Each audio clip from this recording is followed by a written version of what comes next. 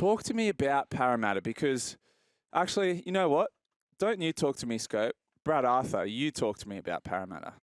Yeah, look, the conditions didn't help in the second half, but we didn't play the conditions real well. And you know what? We spend a lot of time standing behind our goalposts. We just got to harden up and defend one set. So I don't think it was a fitness issue. I think we're just making some soft choices at times when blokes, instead of taking the tough choice and making a decision on what's best for their teammates. How do you fix that? Players have got to fix it. You can only talk about it so many times, Jake. Like, players have to fix it, don't they? They're the ones who've got to come and play and enjoy playing the 80 minutes, the good parts of it and the bad parts of it, and the hard parts of it. But we enjoy everything else around it, but we're not enjoying the 80 minutes. And that's the bit we're getting paid to do. Chose poor options against Canberra, then the next week we come out against Cowboys, who are one of the really good teams in the competition, and we chose to do those tough actions. And we showed, you know, that we can play football. We chose to do it for the first 30 minutes tonight. We did it for the first 30 minutes. But then we make an error and then we choose to take soft options. They score a try and things are going against us and we feel sorry for ourselves. Yeah, that's pretty much spot on from Brad.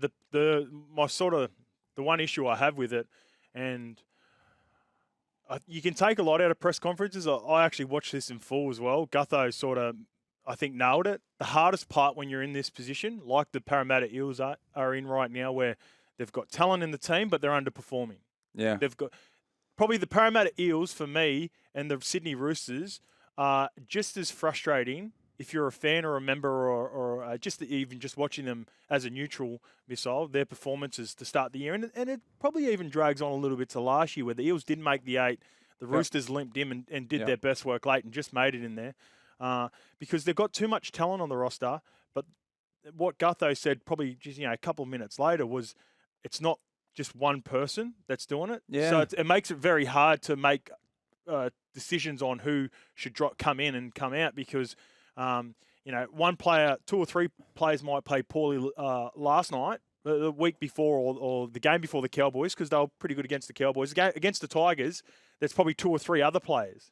So that's when it becomes hard because you've got the talent, but you're getting inconsistencies from the talented players in the team week in, week out. So what happens is I know I'm going to have a great show today, Missile, but I'm not too sure if you're going to have a great show. And then it's going to be next week. Maestro, he's with us next week. He goes, Scope was good last week. I don't know if Scope's going to be good or right next week, but I know Missile's going to be up for it. How hard would that be to try to run a show on a Saturday morning, Mo? Question for you. So as a fan of a club that struggles, we've had problems with leadership. I look at that Parramatta team and I go, Clint Gutherson, Mitch Moses, Regan Campbell-Gillard, Junior Paulo, all senior representative players. I'm thinking, why can't those guys, as a leadership group, take control over the players and get them up each week? Is this? I mean, I know there's going to be a lot of criticism from Brad Arthur, and let's just get it. Let's get it straight off the top. 0457 736 736. Parramatta fans, I really do want to hear from you because I'm perplexed by Parramatta this year. I'm perplexed. But Scope, why can't that leadership group get up these younger players or make these players more consistent week to week? Yeah, it's a good question because I think a couple of those players that you named just then are also been a part of the problem with inconsistency. So it's very hard when you're a leader and you might have 2 to 3 good games. The guy that stands out week in, week out, and I need to probably watch the game back again thoroughly because I called the game before, and by the time I'd got home, it sort of looked like Parramatta were going to go through them at one point. Yeah. Gutho always sort of puts his best foot forward. He did again last night. He did, yeah. So he's always one of those guys, but the inconsistencies around him with the other senior players are a big part of the problem at the moment. And like I said, it might not be the same player week in, week out. And that's where it becomes hard because you can't preach something in video or preach something before the game and then you didn't live it the week before. So that's when it is really up to the core group, those 6 guys, 5 or 6 guys. Now, Mitch Moses is obviously excluded because you can't say anything when you're injured and you're not part of it. Like, he can have an opinion at video, but when you're not out there living it, It's up to Gutho. It's up to Reg. It's up to Bryce Cartwright now, who's been there long enough and a senior enough player. Junior, he's part of that leadership group now. And Dill Brown, he's only young, but he's been around for a minute, and he's a top tier player at this in the competition for his position. So all of those guys, pressure valve. I've been there at Parramatta, and we've been there through. Obviously, the times that I was there was less successful times, but I understand the pressure that's associated with such a big club, and there will be. There's always people in and around, in these back doors or behind the scenes that would love the opportunity to have their imprint on Parramatta, and it just always feels like they're just waiting for them to slip up. Am I right in saying the only player Parramatta were missing last night was Mitch Moses? I think so, mate. Like they dropped Micah Sevo. So it's just Mitch Moses. Mitch Moses isn't a 40-point difference in that game. He's a big difference, but the Dolphins fielded almost a reserve grade side. They were missing 7 first graders from their starting lineup. And they were like hot knife through a butter through the middle of Parramatta. Mate, it was embarrassing. Yeah, those last. I said we talked about this off air where when we're doing the Saturday morning moles, you generally get to about the 60-minute mark because we know we've got to talk about the game, right? Yeah. And especially if I've called the game before, I was like, get to the 60-minute mark, see what it's like, and then most of the time a lot of the time I finish all the way through, but there might be an occasion where it's a blowout for the team that's expected. At the 70-minute mark, and you say, if I see an extra couple of tries, it's not going to matter. Yeah. It was a train wreck at the 60-minute mark for the Parramatta Eels, and it just kept on getting worse.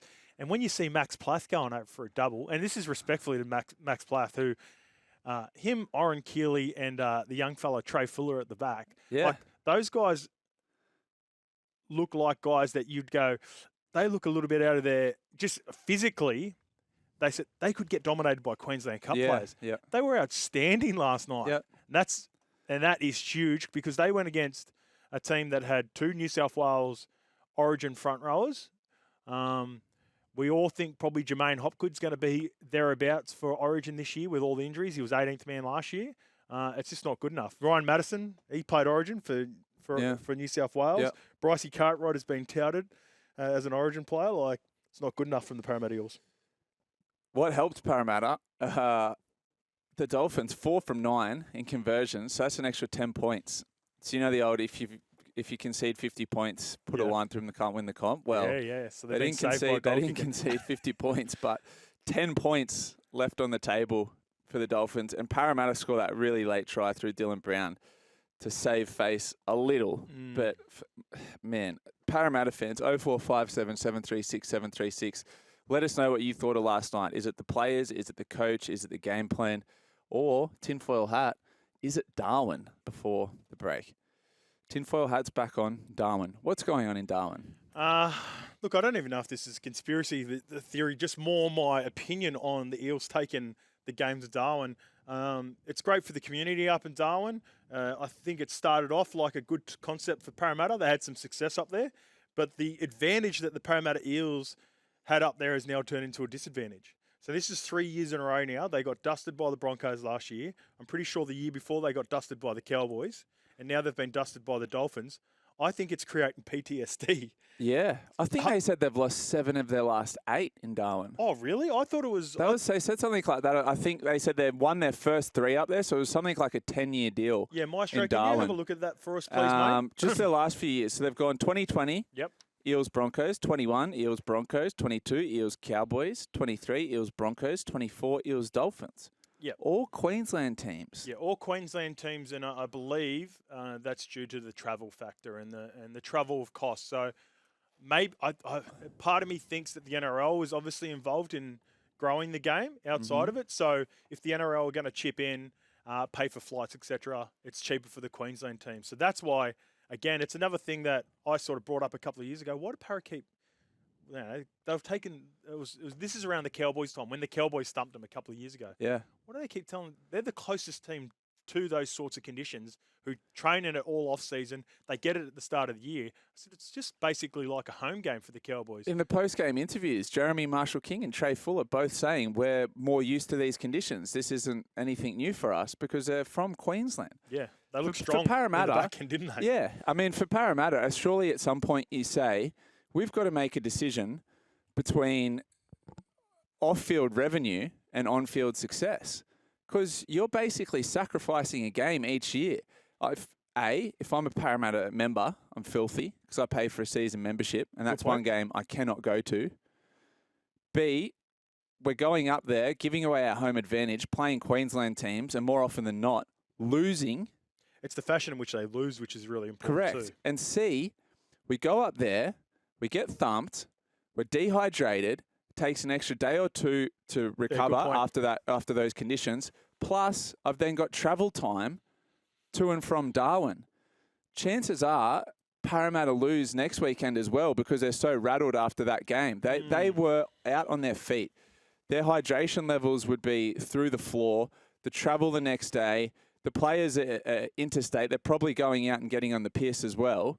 It's a disaster for the club. I doubt there. Bro, BA would. You reckon he wouldn't let them get on the piss? Yeah, no way. Not after that performance. Well, was this where he punished all the 10 waters in front of him Yes. a couple of years ago up there in Darwin? I think he had north of 20. Like, it was a crazy amount. Like, no exaggeration. I think he had north of 20. Okay, so the total record up there for the Eels, they've been up there 10 times, 6 wins, 4 losses. You're right about those last 3 losses in a row, though, and they're by a combined score of just under 100 points. Oh, yuck.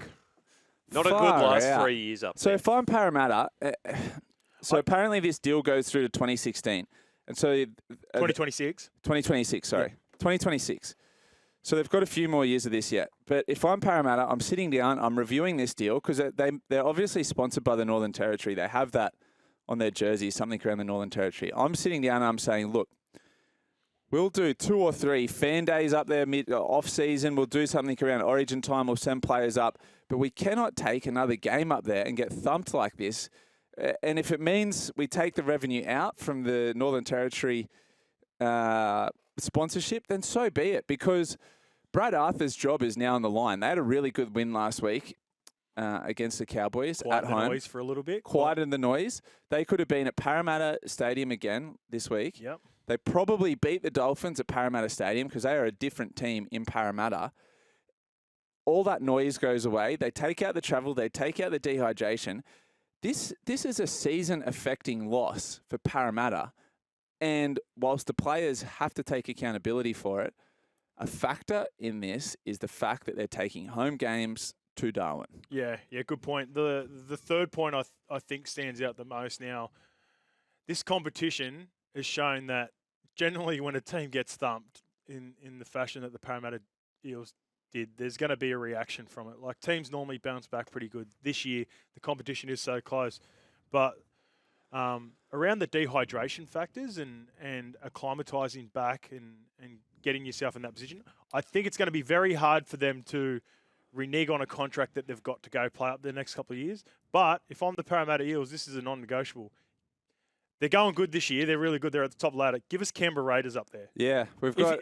That's the if we can get some sort of advantage, at least give us the Raiders, who at this time of the year it's freezing. So the acclimation for them to play in Darwin as well is probably the most exaggerated, other than probably the Warriors and the Storm, who you probably where they are as well. They're all 3 really good teams this year, but you think you probably got a better chance against the Canberra Raiders, even though the Canberra Raiders tailed them up a couple of weeks ago. As if from DY said just that on the text line, the Eels should say we'll only play there if we have Warriors, Storm or Raiders in the Northern Territory. Yeah. I agree, Azza. You watched Zach Lomax in that first game and, like Jimmy said, buy of any season. He was amazing. What an absolute roller coaster week for Parramatta, St. George, the Warriors. Yeah. Warriors find out they've got James Fisher-Harris coming over and everyone's excited, thinking not only are they going to win the comp this year, they're favourites to win it next year. Bit of accountability here from me. So Friday morning on breakfast, I said Warriors are morals because the vibe around the club after the announcement of James Fisher-Harris for next year will just be unbelievable, and they'll go out and do a job on St George. I couldn't have been more wrong. I couldn't have been more wrong last night. Not only did I think that the Warriors were going to beat them 13 plus before the call started, I also doubled down at halftime and kept on going and thought that they were going to get themselves back into the game. But credit to the Dragons, credit to Shane Flanagan. Yep. He's doing a really good job at turning this roster around and instilling confidence. It's super bittersweet at the moment too because Zach Lomax is in career best form. Some of the things he did last night, mate. Incredible. Like, he's in my Origin team. He's in mine as well. Yeah, he's in mine. He's in. My wingers are Toto and Lomax. So am mine, yeah. Yeah. And we'll get to our fullbacks a little bit later because that's a big talking point. That's a little teaser. That's a little teaser. Yeah. Dragons are sitting in 7th position, 4 wins, 3 losses. They were $2 something favourites to win the Spoon this year. That won't happen. No. Early crow there, but that won't happen. Dragons won't win the Spoon. Let's stay on grounds for a second. Again, if I'm a Dragons fan, I'm saying let's play every home game at Wynn Stadium in Wollongong. They're a different side down there. I mentioned it to Timmy maybe before the call last night. I said to Timmy, because I can even date back to, we played a fair few games in the lower grades, and I just never played well down at Wynn. I don't know what my record is, but it wouldn't be great. Why do you think that is? Oh, it's really windy down there. It's cold. The Dragons teams that I played against were really good during that period as well. Like 2010, I debuted. They went in the comp there, and even playing juniors, the Morris twins were played against me in the 18s and 20s. Jason Nightingale, Dan Hunt, and all these. Like they had stacked teams back in those days that I played against coming through the grade. So even now though, like. It reminded me so much. Even about 10 or 15 minutes into the game, I said to Jimmy and Timmy, the A-team, by the way, I said that it reminded me of Manly where they scored so easily to begin with, the Warriors, just like Manly did, and then they wanted to win the game 40-0. And then once the Dragons defended that second stint on the line for, 15 to 20 minutes, Jacob Little takes an intercept where Mitch Barnett probably strolls over and scores, and then that would have made it 12-0 because that was right underneath the sticks. The Warriors just never recovered from that. And, credit to everyone involved in the Dragons. Zach Lomax that's going to shoot him right to the top. I think he was thereabouts, 3rd or 4th on the Daily M leaderboard already. Yeah. He would have got maximum points last week against the Tigers. I even gave him a couple of points against the Knights. Remember in that real wet game? He does the flick pass on the inside. Killed it. It was probably Kalen was the best player in that game, and then him second. That's nearly 8 out of 9 points for a single voter or judge in the last 3 weeks, and I think most people would agree with that. So, for Lomax, why are we only seeing this form now? He's always shown signs of it in games, but this is definitely for me the best stretch. And look, a lot of that coincides with what Flano's been able to do with also the rest of the squad. There's a belief or there's a trust in the game plan from the Dragons that they haven't had in the last couple of years for different reasons. They've had an interim coach. They got rid of Anthony Griffin, who was there for a while. One guy who looks happy and got a smile on his face again at the moment is Ben Hunt. Yeah. And that's important because he's their captain. He's their leader. He's their most important player. He had 3 try assists last night and scored 1 himself. He was outstanding. If it wasn't for Zach Lomax just across the board, then Ben Hunt's probably the second best player of the round already. So just looking ahead, the Dragons play the Roosters next weekend. It's a home game for the Dragons, but it is that Anzac Day game at Allianz. That's shaping up to be a pretty big game. That's super intriguing. Yeah. Because if Roosters lose this game to the Dragons, look, they probably don't start beating as much as they should, but I think there may be an underswell of an undercurrent of Trent Robinson under pressure. The noise for both teams is going to be huge. One, it's going to be on the Roosters if they aren't able to get the job done, and the noise around potential changes and pressure. And then the noise for the Dragons? Are we looking at a genuine top 8, top 4 contender? I kept thinking that last night. I'm watching them. I'm watching their forwards just roll over the Warriors. And I'm going, is this a top 8 side? I mean, Sloan, awesome at fullback. Yep. Hunt, awesome in the halves. Lomax, genuine threat on the edge. Their forward pack with Jaden Sewer back in career best form. Hame Sele back in, not career best form, but he's been missing to start this season, and he makes a huge difference. I'm just looking at that team going, maybe I was wrong about the Dragons. Maybe this is a decent squad. Yeah, look, and that's a part of it as well. Like when you look at the Dragons, I think they've underachieved in the last couple of years because they've always sort of had these guys that sort of hadn't been living up to their potential. You know what's really good for them right now? So I think Francis Molo is going to be thereabouts for Origin, getting an Origin recall with a whole heap of Origin middles that are dropping like flies at the moment. And apparently Shane Flanagan had a pretty tough conversation with Molo at the start of the season. Basically said, if you're not willing to train and meet our standards, there's the door. Well, I didn't hear that. We can see that in his performances. He was really good in his first stint. Him and Hame Sally just took the juice out of it. And then they bring Blake Laurie, Jack DeBellin, and Ben Murdoch-Masila. If you can get on the front foot with Big Benny, he's not a guy that you want in a back and forth game, but he brought, I think he had like three of his first runs, he'd ran for like 65, 70 metres right through the middle. Beast. All right, we've had some negative feedback to start off with from Eels fans. Let's get a bit positive after the news.